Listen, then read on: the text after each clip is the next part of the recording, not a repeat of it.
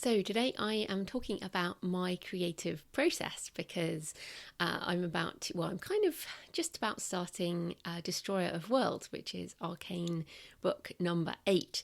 And I love this part of the process. And so I kind of wanted to talk about it because so often I'm very reductionist, I guess. I like processes and steps and, I like how-to stuff, and most of the non-fiction I write is very practical and pragmatic. And this year, one of my top recommendations for books was Big Magic by Elizabeth Gilbert, which is excellent. And I think magic is probably the wrong word, but the idea that it's less reductionist, that the creative process has that sort of edge of something almost supernatural is definitely what I find. And I've called it synchronicity in the past, in that as I delve deeper, things happen which were unexpected, and that is definitely part of my process. So I've just written down a few notes, so I'll just talk through them. So apologies if this is out of order. But hey, it's New Year, so I hope you're relaxing as you listen to this. So first of all, the kind of original idea, I get lots of ideas from my travels. So I travel a lot. I have always traveled a lot. I particularly like going to places with a rich cultural history. So the very first scene of Stone of Fire, my very first novel, opens in Varanasi, on the banks of the Ganges in India. And I went there back in, I think it was 2006, I first went there, and I saw them burning the bodies in the burning ghats, and the idea that was kind of sprung then started that first scene in Stone of Fire when a nun meets a burning end. I'm terrible with nuns, sorry all the nuns out there. But so what's interesting is the idea for that came years before the actual book. So I tend to find that the stories I write, the original idea came from years ago, unless it's something kind of unexpected. So, for example, one day in Budapest, we went to Budapest because my husband's family originally is from Hungary, and we visited the synagogue where we saw his family's name on them in the mass grave, and at the same time, the government had just called for a registration of all Jews in Hungary, and that shocked me so much that was happening. I decided I had to write a book about the rise of far-right extremism in Eastern Europe, and that turned into One Day in Budapest, which is kind of action-adventure with those themes. But that idea was kind of unexpected, and I hadn't thought about that before we actually got there. But generally, this going back to India, Destroyer of Worlds, I remember very distinctly seeing a statue of Shiva Nataraja in India, again in Delhi, same year I visited Varanasi. And I saw this statue, and it's if you Google Shiva Nataraja, you'll see the exact image. It's Shiva dancing and in this ring of fire as such, and it's the destroyer of worlds and the remaker of worlds, and it's a fascinating myth. And I remember seeing that image and just really loving it, and that is what has sparked this story. So I wanted to go back to India and revisit some of the places there. And then in terms of what happens next, so I have this kind of kernel of an idea. And then from there, I start to research. So for me, research is going places, obviously, and visiting museums, visiting the kind of iconic places of that city or that region, and kind of soaking that up, because all of my books have the setting is incredibly important.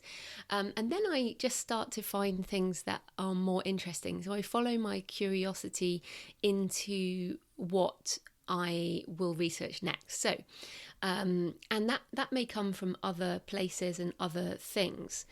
So then I was I read the Guardian newspaper in the UK, and I just saw this article about the vultures, or the lack of vultures, threatening Mumbai's Towers of Silence. And the Towers of Silence is based on the Zoroastrian, ancient Zoroastrian tradition of disposing of dead bodies by putting them out in the air, and the carrion birds eat them. And this also happens in Tibet and Nepal and many of these older civilizations. And it's completely natural, but it's really interesting that in the middle of Mumbai would be this Towers of Silence, this place where bodies are put out, and that's really cool. For me, that just makes me go, oh yes, that's got to go in a book.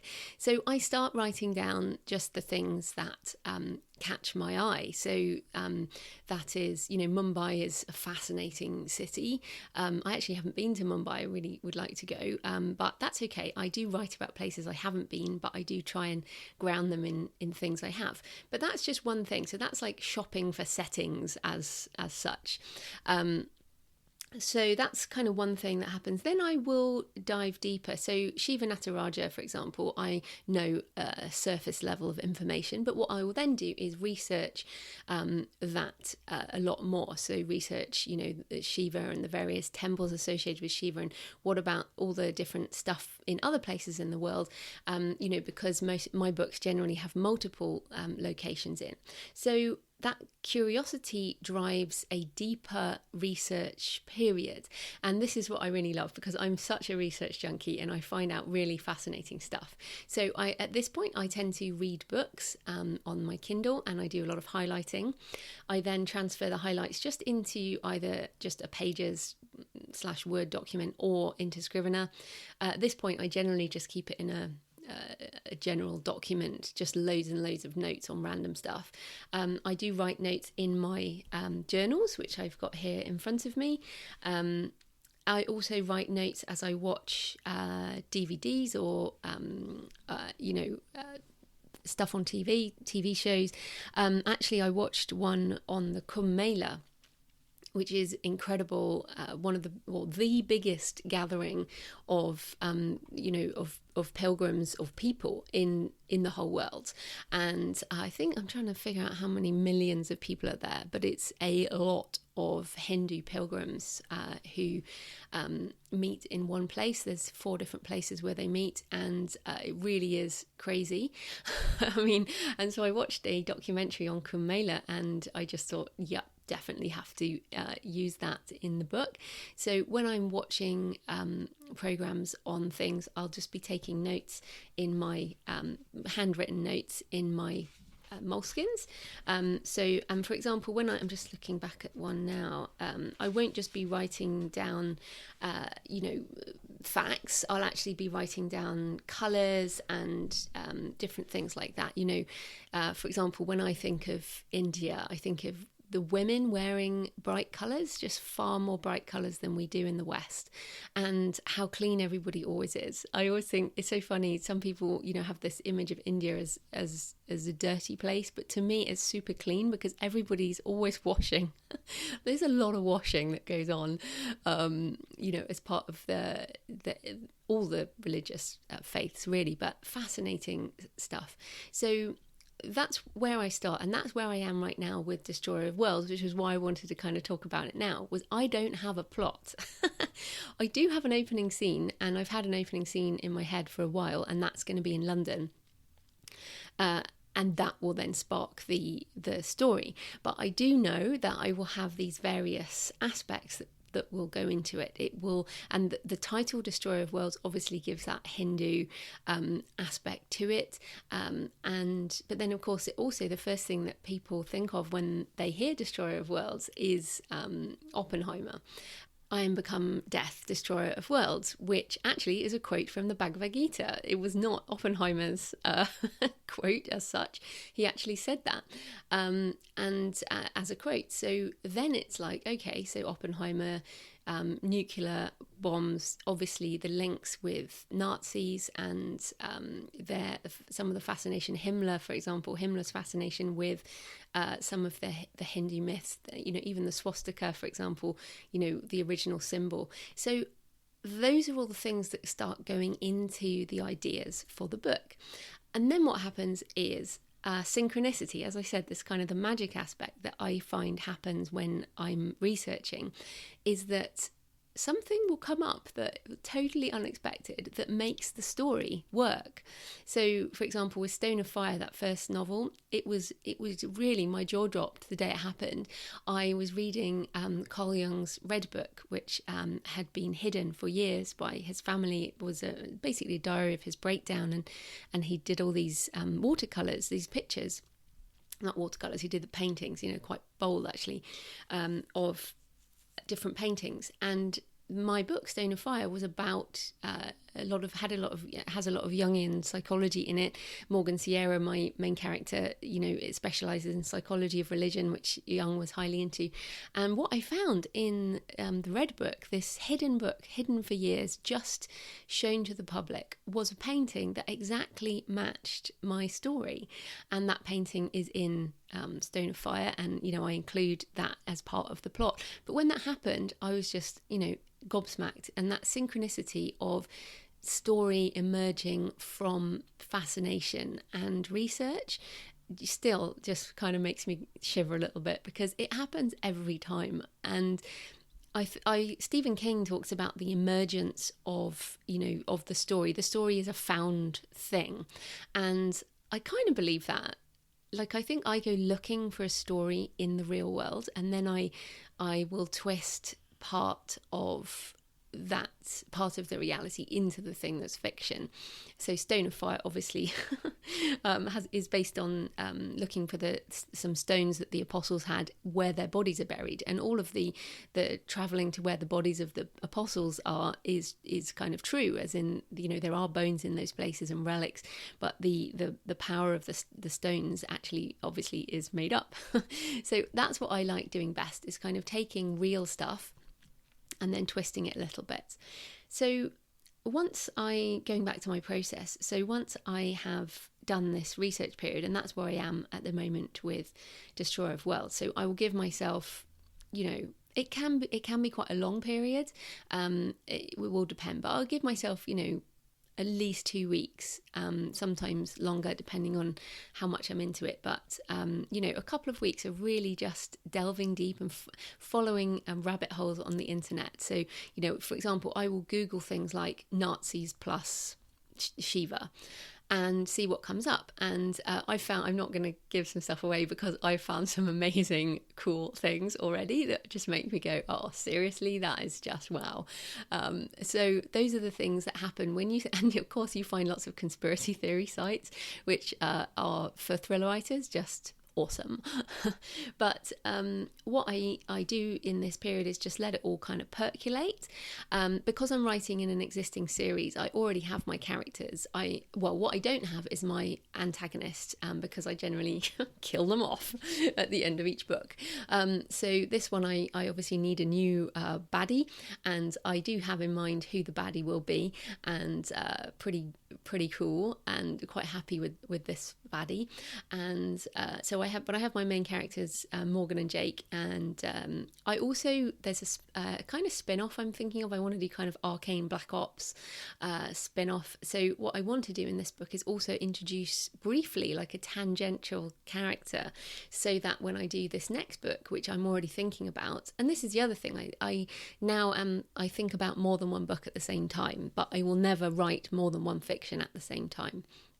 I think that's really important for me, because otherwise I get confused. Those of you who've read some of my books will discover, my fascination with tattoos, for example, come up in several books, and also if you read Risen Gods and Deviants, there are some crossovers there as well with the kind of Maori mythology. So these things can come up in multiple books. We all know that. I mean, we all have our fascinations. So anyway, yes, so I have my characters. I pretty much know the beats of how an arcane thriller works. So I know that there will be, some kind of cool object, and someone will want to destroy the world or kill loads of people, and Morgan and Jake have to stop them. I mean, that is the essence of a thriller in general. So we know that will happen, and that there will be lots of different places they have to go, and they'll find cool things, and it will be lots of fun and fast paced. But equally, I also like to have an underlying theme, and often in my arcane books it really is the kind of the supernatural, faith versus unbelief, and good versus evil, really big themes. So I enjoy putting those elements in as well. So, but the main thing is that after I've done this research for a couple of weeks, I then, since I read The Story Grid by Sean Coyne, and you can go back and listen to the podcast with Sean, which was actually January 2014.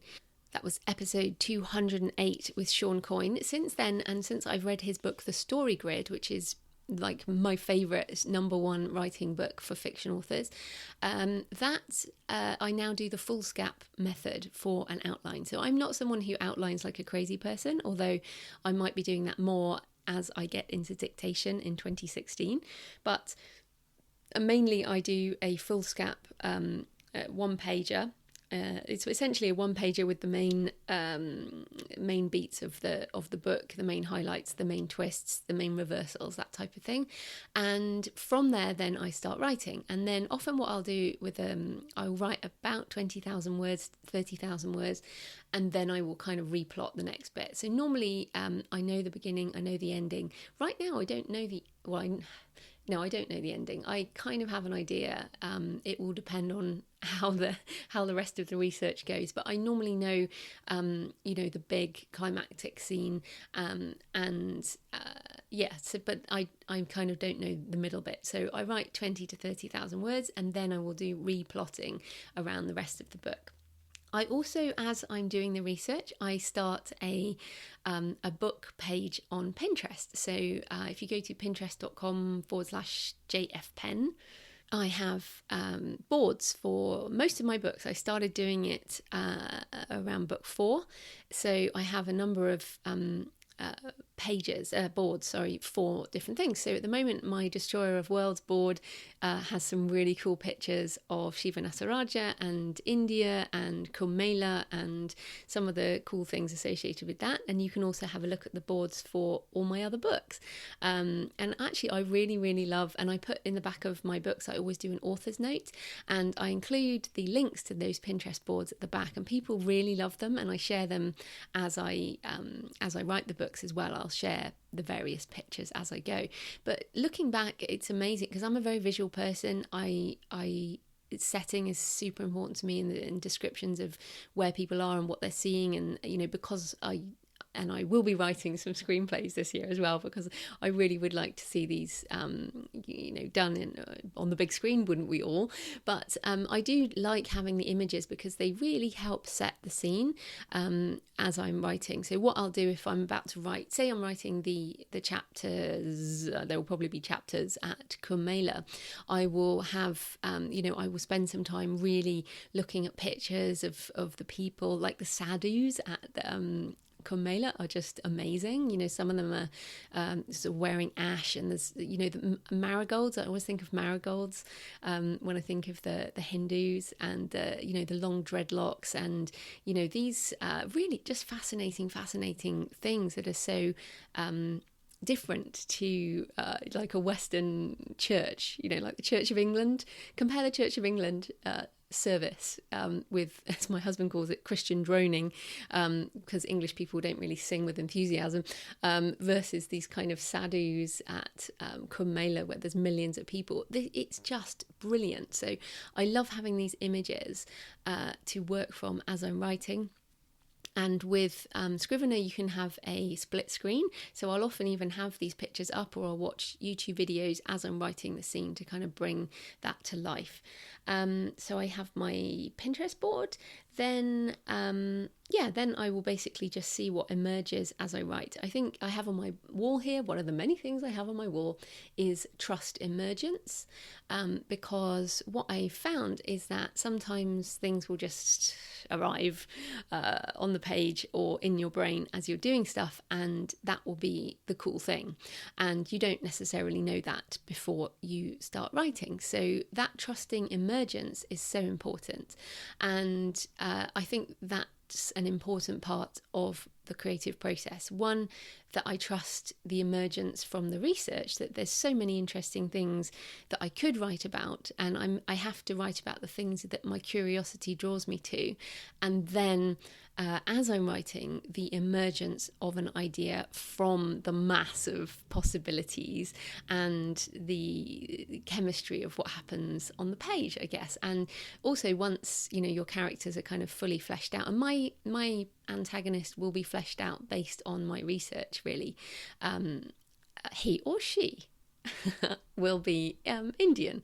So there will be a lot more about that once I've done more research. And it's so important to me to do that. And also, as I said, it is the most fun part for me. I love it. And I think one of the reasons that I am a writer is when I figured out, I spent time thinking about what my ideal life was like. And I think that's a very important thing to do. If you want to decide what to do with your life, consider what you want your life to look like what will your days look like. And for me, I wanted to spend my time learning, because I love learning, and also traveling, and creating things I'm proud of. And those things together do come up with writing. I also like helping people, which is why I like doing the podcast and the blog and everything, and why I write nonfiction. And I guess I'll talk about nonfiction another time, but my creative process for fiction really does revolve around this type of deep dive into research. I also take a lot of pictures on my journeys, and they will often spark ideas. So, for example, as I record this, we are going to Prague. We haven't been yet as I record this. And although I've been to Prague before, so I know, for example, I know the Jewish graveyard there, which Hitler didn't have destroyed because it was meant to be a memorial to a dead race, a classic. That is a place that I remember very, very well, because, it's a very powerful thing that it's not a memorial to a dead race. In going there, you remember what could have been. And I absolutely know that I will be taking pictures there that somehow ideas will come from that, and things will happen because of going to that place. But it doesn't have to be traveling away to different places. I mean, it can just be around your house. I went for a walk the other day through the fields, and I'm in training for this race to the stones, which is 100 kilometers over 2 days. And so I'm going to be doing a lot of walking. And while I was walking, I got a lot of ideas about a character that I'm thinking, this spin-off, as I mentioned, the Arcane Black Ops thing. The character who that will be around is a man, and I got a lot of ideas about him as I was out walking, just looking at various things. And I've got some ideas as to how I want a trilogy of books to be set around this particular character and what role he plays in the world as such. And so that was just walking out from my house for a couple of hours. And that's the thing. I don't want you to think that you have to travel to faraway places in order to get these ideas.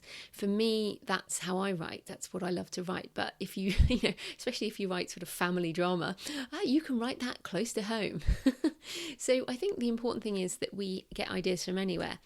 Just remembered that I don't think I mentioned my Things app on my phone. So I think I don't always have my moleskins, because I have the A5 size moleskins. I also like Leuchtturm, probably saying that, massacring that, but Leuchtturm notebooks. But on my phone, I have Things app, which is a to-do list app, but I also have a folder for fiction ideas. And that's what if I'm watching TV with my husband, for example, watching a show, or if I'm reading, I'll often read on my phone. I'll put a note in. So, for example, I'm just in the folder now as we're talking. I found an article on the abandoned libraries of the Sahara, and I just put the link there into the phone. I don't know when that will come up again, but the abandoned libraries in the Sahara is something that makes me interested. Like, I'm interested in that. I want to know more about that. Or I saw this on a website for Bath Abbey. So I've just written a short story about Bath Abbey, where I'm now living, but I saw this on their website. And so it's a direct quote: "The advisor on the paranormal can be contacted through the diocesan office," and this is on a very, again, Church of England website. So I just thought that was really cool. So I just write down, different things as I see them, and, and I put links to articles. Oh, here's another one: cordyceps, fungi that grows inside live animals. That's really cool. So I just write down things. Now, who knows when this stuff will come back and into my conscious mind, or it might not. It might just emerge on the page, and I discover later that I'd actually written a note about something and forgotten it, but it came up back into my head. So I guess what I'm saying, and I'm rounding up now before I just waffle on for hours, is that my creative process does have that touch of magic, or that touch of something that's not quite in my control. Even though I'm somebody who is quite controlling in many ways, which is probably why I'm an indie author. I like the control we have over publishing and book marketing and all that. And I like being able to write whatever catches my curiosity. And that really is how I write fiction. It has to be something I'm personally fascinated with. And I'm pretty much assume that if I'm fascinated, then there will be other people who are interested in it, and that will, want to read this type of book. So there you go. That is my creative process for fiction, and how I get my ideas and how I work them into a book. So thanks for listening, and I will see you next week.